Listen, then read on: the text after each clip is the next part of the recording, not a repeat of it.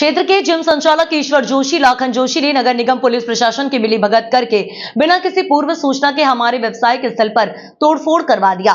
निगम प्रशासन द्वारा जिस स्टॉर्म वाटर लाइन का जिक्र करके हमारे निर्माण को तोड़ा गया, उस जगह पर पहले से अवंतिका गैस लाइन मौजूद है। यदि कोई दुकानदार प्रतिरोध करता है तो ईश्वर जोशी के गुंडे जान से मारने की धमकी देते हैं कि यहां से चले जाओ, हमारे जिम के आगे तुम्हें व्यवसाय नहीं करने देंगे, और वहां पर स्वयं का आधिपत्य करके गिट्टी मुरम डालकर स्वयं का निर्माण कार्य प्रारंभ कर दिया गया है। पूर्व में 2006 में भी ईश्वर जोशी द्वारा ऐसी हरकत की गई थी।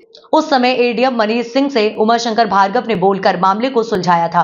तभी से हम लोग अपना अपना व्यवसाय करके परिवार का पालन पोषण करते हैं। उनके द्वारा ऐसी हरकत की गई। हम लोग पार्षद थाना बाणगंगा व नगर निगम कार्यालय में भी गए थे, लेकिन कोई सुनवाई नहीं हुई। अब हम लोग माननीय कलेक्टर महोदय के पास उपस्थित होकर ज्ञापन दिया। बताएं क्या मामला है।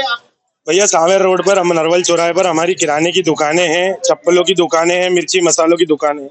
सिर्फ 8 दुकानें हमारी 8 दुकानों को ही हमारी गुंडों ने निशाना बनाया। नगर निगम को प्रार्थी बनाकर, प्रशासन को प्रार्थी बनाकर और हमारी दुकानें तोड़ दी गई बिना सूचना के, बिना सूचित किए। न कोई रिमूवल की गैंग द्वारा सूचित कराया गया, न हमको कोई नोटिस दिया गया, न हमको हमारी दुकानों का कुछ बताया गया कि कैसे तोड़ेंगे। सिर्फ आकर सुबह 10 बजे 9 तारीख के दिन सुबह 10 बजे आकर शुक्रवार को ये बताया गया कि आप अपनी फुटपाथ खाली कर लीजिए। हमने अपनी फुटपाथ खाली करके हम लोग अपनी दुकानों के बाहर खड़े थे। बंद शटर में पंजा मारकर हमारी दुकानें तोड़ दी गई। नगर निगम की गैंग ने ईश्वर जोशी, लाखन जोशी जो पीछे जिनकी दुकानें हैं, उनके कहने पर दुकानें तोड़ी गई हैं। वो लोग चले गए थे सिर्फ रिमूवल कहकर कि आप अपना फुटपाथ खाली कर लीजिए। वो आगे जाकर सभी लोगों को रिटर्न बुलाकर लाए हैं और हमारी दुकानों पे उन लोगों ने साफ जेसीबी चलवाई है। नगर वार्ड पार्षद के पास भी हम गए, विधायक रमेश मेंदोला जी कहने भी गए, जेडो अध्यक्ष राधाकृष्ण जायसवाल कहने भी गए। उन राधाकृष्ण विधायक जी ने फोन लगाया था राधाकृष्ण जायसवाल जी को, तो उन्होंने हमको सुबह आश्वासन दिया कि आप घर पर आइए। हम घर पर गए तो उन्होंने कहा मैं 4 बजे आके आप सबकी वापिस दुकानें बनवा दूंगा। 4 बजे जब उनका फोन नहीं आया, वो नहीं आया, तो फिर हमने उनको कॉल किया। वो लोग 6 बजे तक नहीं आए, 7 बजे तक नहीं आए, 8 बजे तक नहीं आए। 8 बजे आकर वो हमें कहते हैं कि वाटर स्टैंड लाइन डलनी है यहाँ पर, इसलिए आप लोगों की दुकानें पार्षद जी द्वारा टूटी गई हैं। हमने कहा ठीक है, कोई बात नहीं, हम उसका सहयोग करने के लिए तैयार है। अगर वाटर स्टैंड लाइन डल रही है तो मतलब नगर निगम के विकास के लिए हम अपनी दुकानें कुर्बान करने को तैयार हैं। उसके बाद उन्होंने कहा ठीक है, आप पार्षद जी हैं, उनसे बात करेगा। कोई सूचना नहीं दी हमको, कोई सूचना नहीं दी। 30 साल से दुकान है हमारी। इसके बाद कल हम पार्षद जी कहने गए, पार्षद जी द्वारा भी यही हमको आश्वासन दिया गया कि वहाँ वाटर लाइन डल रही है, वाटर लाइन डलने के बाद हम आपकी दुकानें आपको बनवाकर दे सकते हैं, लेकिन उसके लिए आपको कुछ समय तक का इंतजार करना पड़ेगा।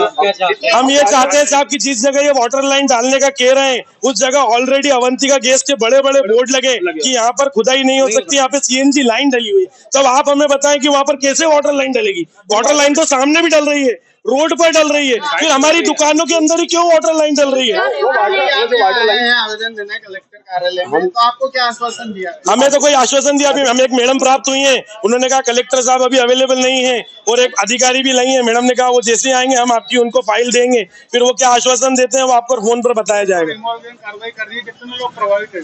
सर करीबन यूँ समझ लो कि करीबन 25-50 लोगों का परिवार है ये। हम तो ठीक है, लेकिन हमारे जो वर्कर काम करते हैं, जो सुबह शाम की रोटी कमाकर अपना घर पाल रहे हैं, उनका भी घर नष्ट हो गया है। आज वो लोग हमारे साथ रहते हैं, वो रोड पर आ गए, हम खुद रोड पर आ गए। आज 8 दिन हो गए साहब, हमने 1 रुपए का काम नहीं करा है। सीजन के चक्कर में रहते हुए हमने हमारी दुकानों में भरपेट माल भर के रखा था ताकि हम पूरा महीना व्यापार कर सके, इसलिए नहीं भर के रखा था कि हमें रोड पर ले आए।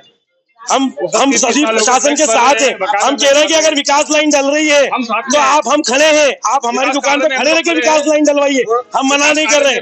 लेकिन जिस जगह विकास लाइन डली नहीं सकती, जिस जगह वाटर स्टेट लाइन डली नहीं सकती, उस जगह को तोड़ने से क्या प्राप्त होगा। मेरा नाम दीपक कुमार आहूजा, मैं पार्श्वनाथ का निवासी हूँ। मेरी फर्म सावेर रोड नरवल चौराहे पर है, और ये फर्म हमारी जो है वहाँ करीब 40 साल पुरानी है। दादा पर दादा के जमाने की फर्म है। इसके पहले भी 2006 में ईश्वर जोशी द्वारा ही हमारी दुकानों को क्षतिग्रस्त किया गया था। उस समय मनीष सर यहाँ पर वो थे एडीएम साहब, उन कलेक्टर थे, उन्होंने हमारी सहायता करी थी, हमें हमारी दुकानें वापस दिला के दी थी। आज तक कुछ नहीं हुआ। आज फिर उसने उन साहब को चले जाने के बाद और प्रशासन से मिलकर हमारी दुकानों को वापिस से क्षतिग्रस्त कराया सर, और वो हमें कह रहे हैं कि तुमने इतने साल कमा लिया, अब हम तुम्हें कमाने नहीं देंगे, अगर तुम इस दुकान पे वापस बैठोगे तो हम तुम्हें जान से मारने की धमकी दे रहे हैं हमें।